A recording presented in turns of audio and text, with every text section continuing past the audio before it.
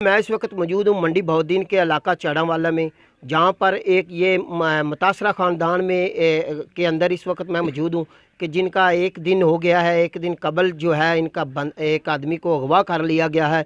वो अगवा करान कौन है? ये मसला अफराद जो 6 बंदों पे मुश्तमिल है, एक गाड़ी पे आए और उसको अगवा करके ले गए। और इसी हवाले से इस वक्त हमारे साथ उनके भाई मौजूद हैं जिन्होंने देखा है, जिनकी आंखों के सामने उनको अगवा किया गया है। आइए उनसे बात करते हैं कि उनका क्या कहना है। जी भाजी असी कल गए म्याना चक मोटरसाइकिल दवे पाई असी किस अपने काम लगे जाने से पर गड्डी ते आए ने चौधरी फखर जमान आसनाले वाले ते गड्डी दा ड्राइवर आई आजी जवेद सैदे चक तो ते ना सानू ना रोकया सी, रुक गए। साडी मोटरसाइकिल इतनी तेज़ नहीं सी ते असला है सी उन्हां दे कोल? हाँ जी असला सी।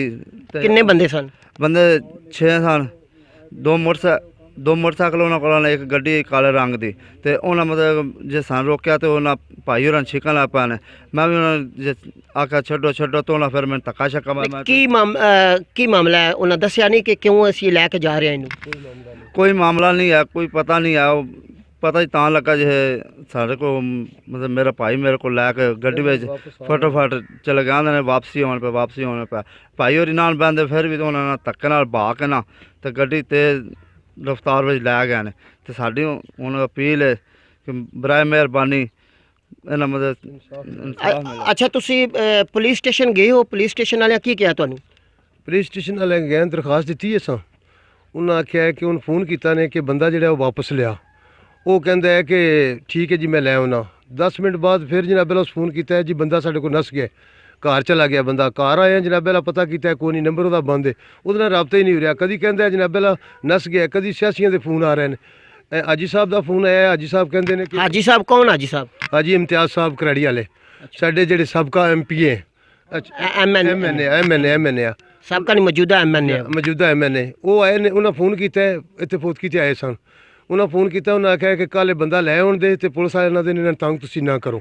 पुलिस वाले कहते जी नाजरीन आपने देख लिया कि इनका क्या कहना है। कि इनका कहना है कि हाजी इम्तियाज़ जो मौजूदा MNA है मंडी बहुद्दीन NA 85 के, उनका दबाव है ऊपर से पुलिस वालों के ऊपर। पुलिस वाले भी कार्रवाई करने से दरे कर रहे हैं। आप देख रहे हैं, कैमरामैन आपको दिखा भी रहा है। ये 7 बच्चे छोटे छोटे शबीर अहमद के हैं। ये उनकी ये बूढ़ी माँ है, ये उनकी माँ खड़ी हुई है और ये उनकी बीवी भी खड़ी हुई है। इधर आप देख रहे हैं ये मुतासरा ख़ानदान, खुदा के लिए इनके ऊपर रहम किया जाए। ये वज़ीर आला और वज़ीर आज़म से अपील है कि जितनी जल्दी हो सके शबीर अहमद को बाजियाब कराया जाए। कैमरामैन फैज़ान के साथ मोहम्मद शहबाज, सिटी न्यूज़ पढ़े। हम लाते हैं टॉप न्यूज़, आपके फेवरेट टॉक शोज और अनलिमिटेड एंटरटेनमेंट सिर्फ YouTube पर।